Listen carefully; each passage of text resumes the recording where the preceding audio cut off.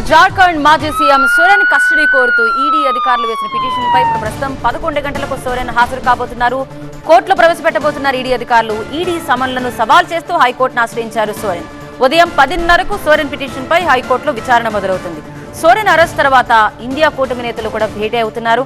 హేమంత్ అరెస్టుకు నిరసనగా నేడు జార్ఖండ్ బంద్ కు పిలుపునిచ్చారు.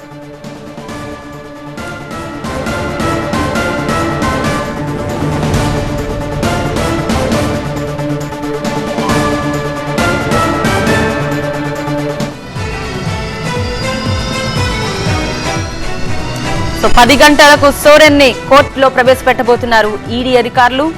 మాజీ సీఎం కస్టడీ కోరుతున్నారు ఈడీ అధికారులు. సో ఈడీ సమన్లను సవాల్ చేస్తూ ఇటు హైకోర్టులో సోరెన్ కూడా పిటిషన్ వేస్తున్నారు. అది 10:30 విచారణకు రాబోతోంది.